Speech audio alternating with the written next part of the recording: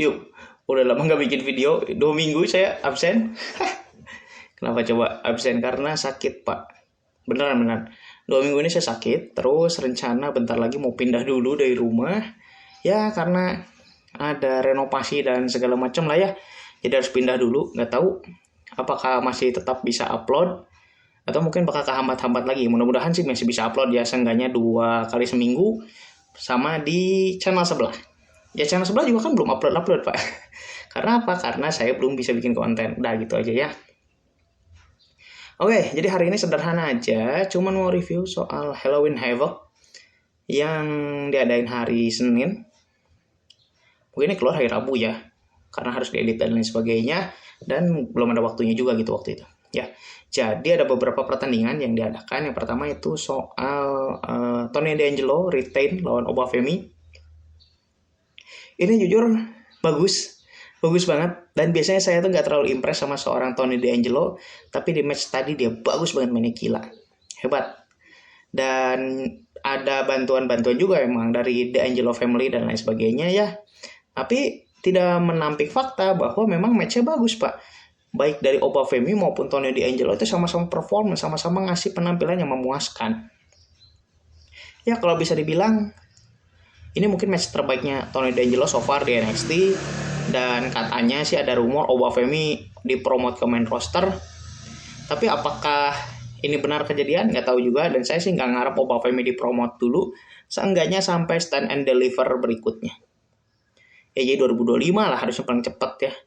Obafemi sama Roxanne Perez ya. Kalau kata saya sih mending di-keep dulu. Seenggaknya sampai stand and deliver. Sudah itu ya mungkin bisa dipertimbangkan kembali apakah memang perlu untuk dipromot atau enggak ya. Match kedua yang namanya tadi saya singgung sebelumnya yaitu Roxanne Perez sama Cora Jade lawan Stephanie Vaquer sama Julia. Ini match bener-bener auranya keluar semua. Baik dari Roxanne, Cora Jade, Stephanie Vaquer sama Julia semuanya punya auranya masing-masing dan semuanya keluar penampilannya. Meskipun memang kurang, saya sih masalahnya cuma satu sih kalau di match ini, kurang lama doang. Ini kalau misalkan dikasih hard hittingnya lebih banyak lagi, saya cukup yakin ini match lebih bagus ya.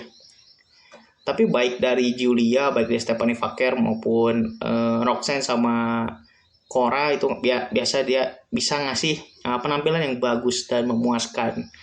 Apalagi buat Cora Jade ini adalah pertandingan pertama dia setelah cedera lebih dari setahun kayaknya. Jadi kan dia memang sempat balik ya waktu awal tahun itu kan. Tapi nggak lama cedera lagi kan.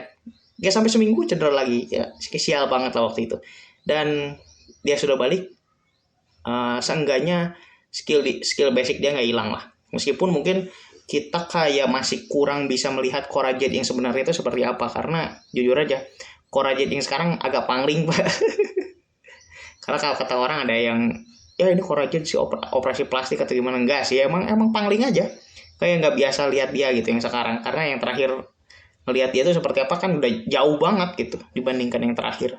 Sekarang udah ya agak lain lah penampilannya. Oke, yang ketiga Ridge Holland lawan Andre Chase. Ya Ridge Holland menang, ini bagus banget.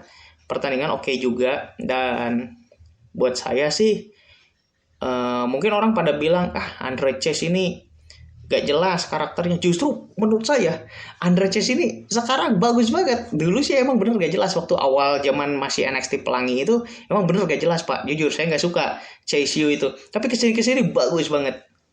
Dan di kemarin-kemarin itu yang waktu menang tag team, yang waktu Ridge Holland masih ada itu bagus. Itu puncaknya kalau kata saya. Dan saya sih ngarep Chase U ini salah satu yang bisa dipromosikan seenggaknya di 2025. Kenapa? Karena tapi semuanya, jangan 1 atau 2 orang doang. Jadi si Andre Chase, Riley Osborne, Duke Hudson itu sama si Tia Hale itu dipromote semuanya. Jadi ini bisa ngasih bumbu yang bagus buat di main roster. Saya nggak ngarep dia jadi karakter yang wah atau gimana, tapi seenggaknya saya mengharapkan Chase U ini bisa ngasih bumbu yang lebih bagus di dunia tag team. Especially karena nanti Raw di Netflix kan, jadi ya kita butuh tambahan amunisi lah kasarnya seperti itu. Tapi kalau misalkan kebagiannya di SmackDown juga apa-apa. Tapi saya ngarepnya sih Chase U masuk Raw. Karena ada kabar waktu nanti balik ke Netflix, masuk ke Netflix itu balik jadi 3 jam. Oke, match berikutnya NXT Women's North America Champion itu yang menang Fallon Henley. Jadi Kelani Jordan lawan Fatal Influence ya. Yang menang Fallon Henley. Kenapa? Karena matchnya adalah gauntlet.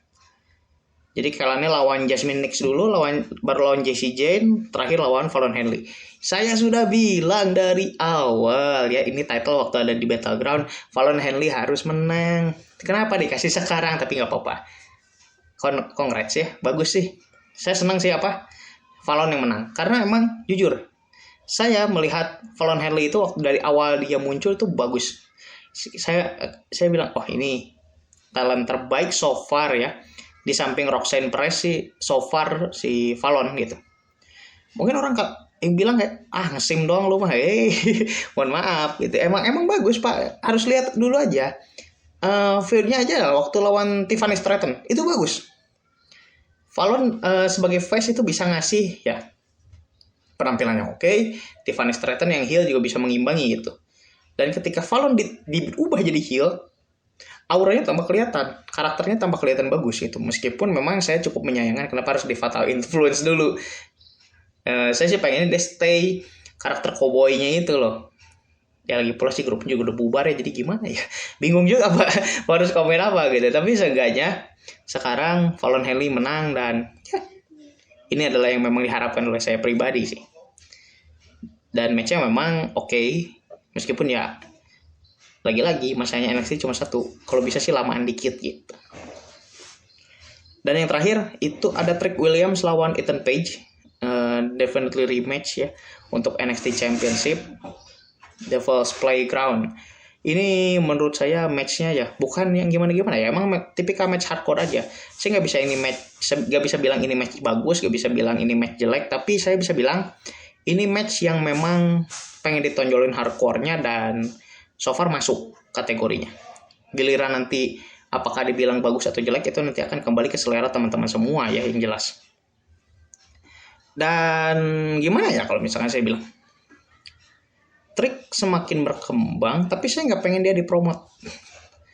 Trick itu butuh waktu lebih lama kalau kata saya. Dan harus dikasih feud yang lebih matang lagi, yang lebih bagus lagi. Jadi jangan kasih Ethan Page doang. Ethan Page itu bahkan ya, kalau misalkan kita lihat Ethan Page tahun depan dipromosin gak ada masalah. Karena Ethan Page itu skill set semua udah punya, tinggal dia harus lebih banyak pengalaman aja. Murni dari pengalaman. Trick enggak sih. Trick ini harus nunggu. Ya nggak tahu kapan, tapi mudah-mudahan nggak menunggu lama ya. Karena lagi-lagi NXT itu cepat kalau urusan ngelahirin bintang dan saya nggak mau nunggu Trick lama-lama. Tapi memang ya satu hal yang bisa saya katakan, Trick harus nunggu sih kalau saya lihat dari match itu. Meskipun memang matchnya bagus ya. Mungkin next feud-nya lawan Rich Holland kah? Nggak tahu juga. Atau Wesley? Saya pengennya Wesley sih. Wesley dulu nanti baru Rich Holland. Jadi nanti Rich Holland jadi NXT Champion gitu. Udah tuir juga ya sebenarnya karena NXT fokus ke yang muda-muda sih. Tapi ya udahlah. Mau gimana lagi ya, teman-teman setuju nggak dengan pendapat saya tadi? Silahkan tulis di kolom komen ya. Kalau misalkan setuju, kalau nggak setuju juga ya nggak apa-apa, tulis di kolom komen aja. Silahkan like kalau suka dan dislike aja kalau nggak suka, nggak apa-apa. Jangan lupa share kalau video ini dirasa bermanfaat dan subscribe biar nggak ketinggalan update berikutnya dari MF Wrestling ya, biar nggak ketinggalan ya. Ini aja, sering-sering nanti mampir di Twitter saya atau di IG saya, IG pribadi maupun IG IG Wrestling. Nanti tetap aktif sih. Sebisa mungkin saya akan coba aktifkan ya, update sesekali lah ya soal wrestling. Tapi kalau IG Wrestling kayaknya bakal jarang ya. Tapi selain itu kayaknya bakal mulai digalakkan lagi. Jadi sekali-sekali mungkin saya nulis pakai bahasa Inggris, kadang pakai bahasa Indonesia juga. Tapi sesuai topik ya. Channel wrestling ya buat wrestling, kalau non wrestling ya buat non wrestling gitu. Oke, itu aja dulu buat hari ini. Semoga kita bisa bertemu kembali di video berikutnya. Sekian.